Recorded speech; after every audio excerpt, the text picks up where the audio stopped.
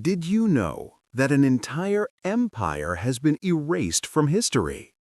Once upon a time, you could open any map from the 1500s through to the 1800s and find a massive territory labeled Tartaria or Grand Tartary.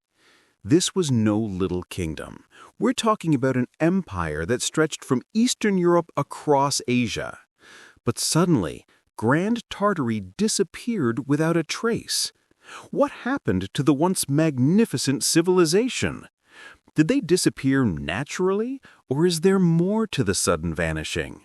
We will find out together in this new episode. Welcome. Before we dive into the conspiracy, let's start with the most undeniable evidence of all, the maps. Take a look at maps from the 1500s to 1800s. For over 3 centuries, European cartographers showed a vast region called Tartaria, or Grand Tartar. These weren't rough sketches or fantasy maps. One look and you'll see the empire dominating huge swaths of Asia, spanning from the Caspian Sea to the Pacific Ocean, and from Siberia down into Central Asia. Some maps even show independent Tartary, Chinese Tartary, and Russian Tartary. This suggests not just one region, but multiple Tartarian territories. But here's the thing. How does a landmass this enormous just disappear? If you still wonder whether the empire did exist, you should see this. Different European nations' maps all show consistent descriptions of Tartarian territories. French maps, Dutch maps, German maps, you name it. They all agree on where Tartaria was located and how large it was. That's not the kind of consistency you'd expect if mapmakers were just making stories.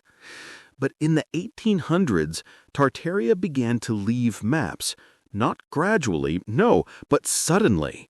Like someone decided that this empire should no longer exist on paper. The question is, how did this happen?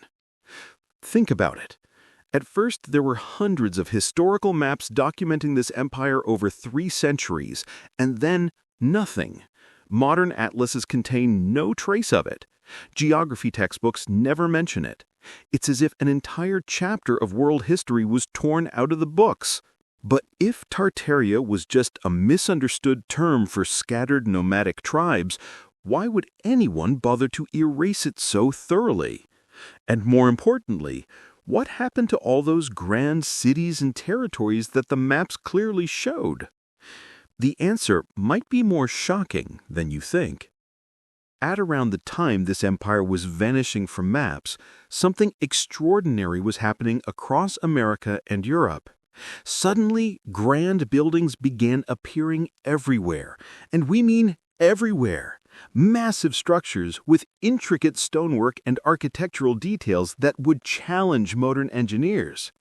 Government buildings, train stations, exhibition halls, and even entire city centers. What's more, they were constructed with speed during the late 1800s to early 1900s. The big question is, who gave the engineers such advanced knowledge? Before we answer that, there's a problem. The timeline doesn't add up. In 1906, there was a devastating earthquake in San Francisco, but before anyone could tell what was happening, the city rebuilt itself with jaw-dropping structures, and they did so in a few years. Knowing the effects of such a major disaster, it should take years to recover from the aftermath. But somehow they found the resources and skilled craftsmen to erect buildings that still marvel today's engineers. How did they achieve such a feat? Could it be that they received external help from Tartarians? If you're still in doubt, let's consider Chicago's World Columbian Exposition in 1893. In the books, records say that this white city, which spans over 600 acres of elaborate neoclassical buildings, was designed and constructed in just 2 years. 2 years! Can you believe that? These are uniquely crafted buildings that would normally take skilled craftsmen decades to complete. The official explanation? These were temporary structures built with plaster and staff, a mixture of plaster, cement, and fiber. But look at the photographs. Do these buildings look temporary to you? Of course not. These bear the mark of equipped engineers. But this is where it gets really suspicious. Shortly after the exposition ended, the incredible buildings were demolished, every single one of them. The reason given by the government? The buildings were only meant to be temporary. But think about it. If you invested huge amounts of money into erecting a building, would you just tear it down immediately? It makes no sense. Because of this irrational act, Tartarian theorists shook the world with the big question: what if they were trying to eliminate the last evidence of the Tartarian Empire? If you wonder about the origin of such suspicion, let's take a look at the theorists' proposal. Firstly, these buildings were not constructed for the exhibition fairs like we were made to believe. No, instead, they already existed. Crazy, right? The thing is, from the 1500s to the 1800s, the Tartarians left a mark. Since they were an advanced civilization, the buildings they erected showed the same excellence. The Tartarian theorists proposed that the government never erected any temporary buildings for the fair. Instead, they renovated the already standing Tartarian structures, then destroyed them afterward. Now, let's look at the architectural style itself.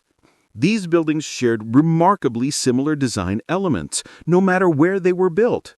The same classical columns, the same ornate domes, the same precise stonework.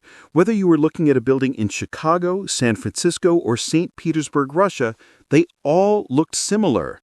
How do you explain that level of consistency across different nations, different construction crews, and different periods, unless they weren't built by different people at all? Still, you won't believe the next card played by Tartarian theorists. They proposed a staggering idea that the architectural evidence goes even deeper than the world's fairs. Perhaps the Tartarian Empire didn't just disappear, it was buried. A walk through any major city before 1900 and you'll notice something strange. Buildings that appear to be sinking into the ground, first floors that have become basement, windows that now sit at sidewalk level looking up at passersby like the eyes of buried giants. Tartaria theorists call this the evidence of the Great Mud Flood. What is the Great Mud Flood, you wonder? In the 1800s, a catastrophic event visited the land, taking many cities with it. This includes hundreds of Tartarian cities getting lost under layers of mud and debris. According to the Great Mud Flood theory, a massive geological disaster struck the planet, destroying the advanced Tartarian civilization and leaving only the upper floors of their buildings visible. But where is the evidence that this tragedy ever happened? Their response? The evidence is everywhere. In Seattle, entire blocks of buildings show their original ground floors buried beneath modern street level. The famous Seattle Underground isn't just a random tourist attraction. It's proof that the city was once built on a completely different ground level. And guess what? It's not just in Seattle. Enter New York City subway system, which shows the same pattern. From time to time, construction workers keep uncovering such precise handiwork far beneath the modern city. While the government calls them tourist attractions and makes money off these architectural wonders, nobody bothers to question their origin, and a majority of origins point back to Grand Tartary.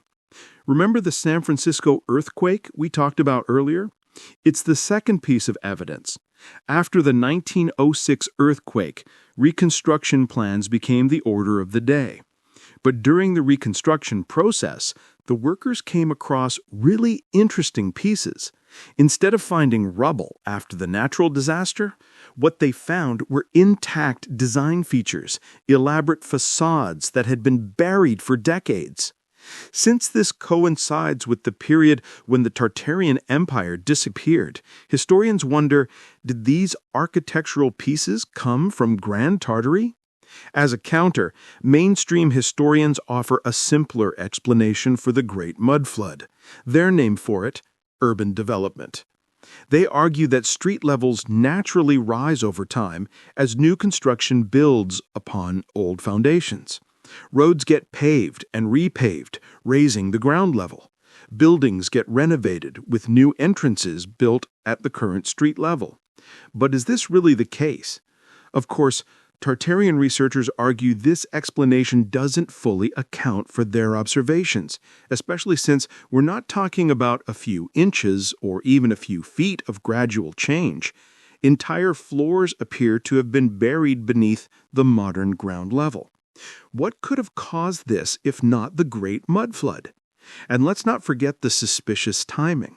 Why would this phenomenon appear so consistently across the globe during the same historical period when Tartaria was disappearing from maps? Why would the buried architecture show such remarkable similarity and style and sophistication? The mud flood hypothesis suggests that this wasn't gradual urban development at all. It was the burial of evidence of a civilization that someone desperately wanted hidden beneath the earth. The theory gets more daring. It proposes that the world's fairs of the late 1800s and early 1900s weren't just normal celebrations. According to Tartaria theorists, they were cover-ups. Think about it. How do you hide an entire lost civilization? How do you explain away magnificent buildings that precede the official timeline? Simple. Claim you built them yourself, show them off to the world, and then destroy the evidence. The timeline alone is the biggest red flag. In 1893, the Chicago World's Fair covered 600 acres with over 200 buildings, including huge structures like the Manufacturers and Liberal Arts Building. At the time, this was the largest building in the world. The official engineering records say that this entire complex was designed and constructed in just 24 months. But even modern-day engineers find such a swift timeline nearly impossible. Before you agree, let's break down what that would require. The Manufacturers Building alone covered 44 acres under a single roof. Its central hall could have fit the U.S. Capitol, the Great Pyramid of Giza, Winchester Cathedral, Madison Square Garden, and St. Paul's Cathedral, all at the same time, with room to spare. Can you imagine that? The building featured intricate ironwork, complex glass exteriors, and structural details that would leave modern construction crews in awe. And we're supposed to believe this was all accomplished in less than 2 years using 1990s technology and by workers who had never attempted anything remotely similar before? Doesn't it make you wonder, too?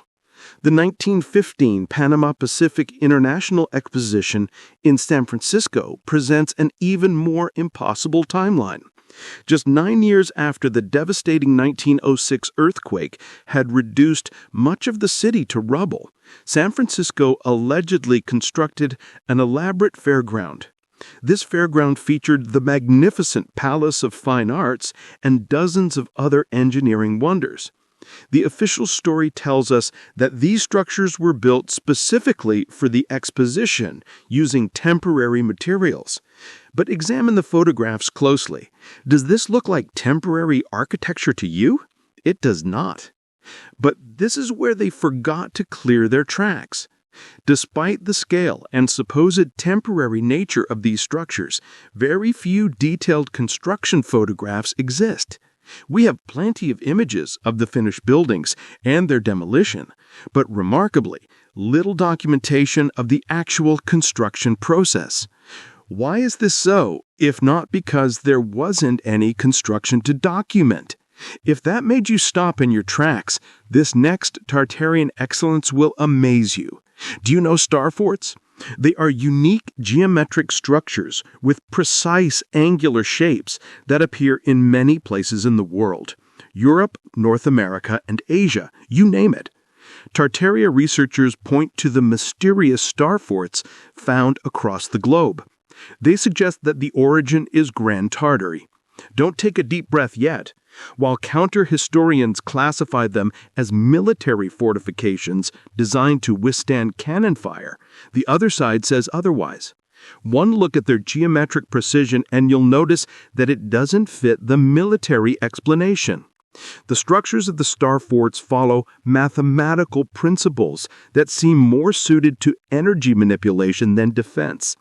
The angles, the proportions, the positioning, everything about star fort screams they were designed according to principles of resonance and electromagnetic field manipulation. They weren't built to keep armies out, they were built to channel and focus energy. To make matters worse, there's the acoustic evidence. Step inside any great cathedral or government building from this era, and you'll immediately notice the incredible acoustic properties. Your voice carries in ways that seem almost supernatural. You'll hear that the sounds resonate and amplify with such amazing accuracy. Tartaria theorists argue that these weren't designed for better church sermons or political speeches. They were built as massive resonance chambers, spaces designed to amplify sound frequencies for technological purposes. Here is where it makes sense. Recent research shows that certain frequencies can influence matter at the molecular level.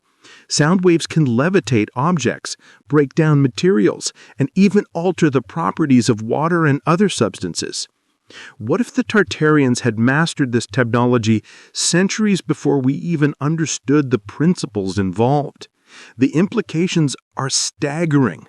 Imagine a civilization that could power entire cities without burning fossil fuels, move massive stone blocks using sound frequencies, and even transmit energy and information across vast distances without any physical infrastructure.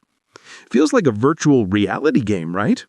This explains how the Tartarians could construct such massive buildings so quickly and with such accuracy.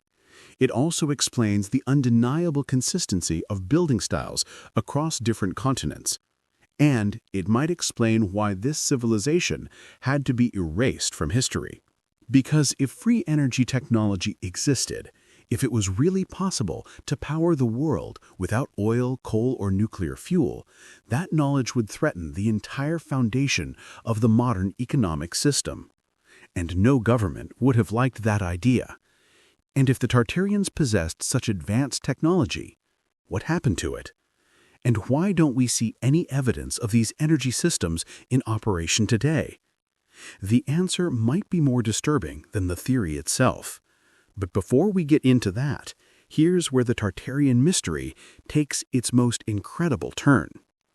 If this advanced civilization existed and built these massive structures using free energy technology, there's a burning question we need to ask. What did the Tartarians themselves look like? The answer is both simple and shocking. They were giants. Walk through any grand building constructed during the Tartarian era, and you'll immediately notice something odd about the proportions. Doorways that tower 12, 15, and even 20 feet high. Staircases with steps so large that normal-sized people have to stretch to climb them comfortably. Ceilings that are 3 times higher than what we see today. Who would use such towering designs, if not giants? Mainstream historians try to explain this as grandeur for grandeur's sake. This is the idea that architects simply wanted to create impressive spaces that would awe visitors. But Tartaria theorists propose a different explanation. These buildings weren't designed to impress normal-sized humans. They were designed for inhabitants who were significantly taller. Consider the furniture depicted in photographs from the late 1800s. Chairs with seats positioned unusually high off the ground. Tables that seem oversized even for their grand surroundings. Beds that appear massive even by the standards of luxury accommodations. There is more evidence pointing to a gigantic race. The historical accounts speak for themselves. During the 1800s and early 1900s, newspapers across America regularly reported discoveries of giant skeletons, not just 1 or 2 isolated incidents, but dozens of documented findings. The Smithsonian Institution's records from this period mentioned numerous acquisitions of unusually large human remains found during construction projects, mining operations, and archaeological projects. Skeletons measuring 7, 8, and even 9 feet in height, with bone structure that suggested they belonged to a distinct race of humans. But here's where it gets suspicious. If you try to find any of these giant skeletons in museum collections today, you would be wasting your time. They all vanished. According to Tartaria theorists, the Smithsonian and other institutions systematically removed these remains from public view, either destroying them or storing them in private collections where researchers can't access them. The big question is, why? The thing is, the cover-up theory extends beyond just hiding bones. Some researchers claim that historical photographs from the late 1800s were deliberately edited to make people appear normal-sized to match the buildings around them. It gets even more interesting. Cultural memory springs up piece of evidence. Nearly every ancient civilization has legends of giants, beings who were larger and more powerful than ordinary humans. Greek mythology speaks of titans. The Bible mentions Nephilim. Norse legends describe enormous warriors. Native American tribes across the continent have stories of giant races that once inhabited their lands. What if these weren't just myths and legends? What if they were cultural memories of actual encounters with a race of giant humans, the Tartarians themselves? This would explain the large scale of Tartarian architecture. It would explain why these buildings seemed designed for inhabitants much larger than ourselves. And it would provide yet another reason why the evidence of this civilization had to be systematically erased from history. Acknowledging the existence of a race of giants would fundamentally challenge our understanding of human evolution and development. It would raise uncomfortable questions about what happened to these beings and why modern humans inherited their world. Everything you know about how you came to be would suddenly look false. But soon enough, another query rose to the surface. If the Tartarians were truly giants with advanced technology, how did they disappear so completely? And who had the power to erase all evidence of their existence from the historical record? The answer leads us to the darkest aspect of the Tartarian conspiracy, their disappearance. What we're talking about isn't just the disappearance of one civilization. According to Tartaria theorists, we're looking at evidence of the most massive historical cover-up in human history, most likely a deliberate, coordinated effort to rewrite our entire understanding of the past. They call it the Great Reset. This is not the recent economic theory, but a much older and more sinister process of erasing inconvenient truths from the historical record. Consider the timing of major catastrophic events in the 1800s and early 1900s. The Great Chicago Fire of 1871, the San Francisco earthquake of 1906, World War I from 1914 to 1918, the Spanish flu pandemic, World War II. Mainstream historians see these as unrelated tragedies, natural disasters, conflicts, and diseases that shaped the modern world. But Tartaria theorists propose something far more disturbing. These weren't random events.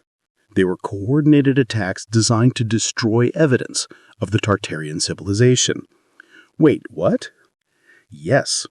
They suggest that the Great Chicago Fire is particularly suspicious.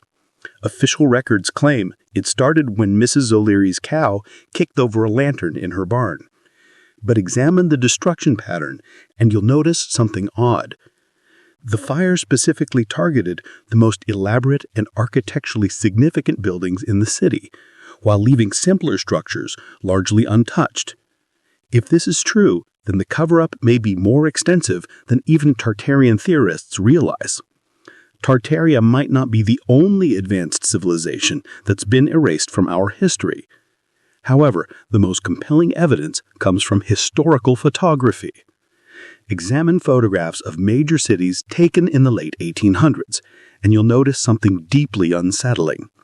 The streets are empty. We're not talking about light foot traffic or quiet neighborhoods. Look at the major metropolitan areas, New York, London, Paris, Berlin, that appear virtually abandoned. Wide boulevards stretch for blocks without a single person visible.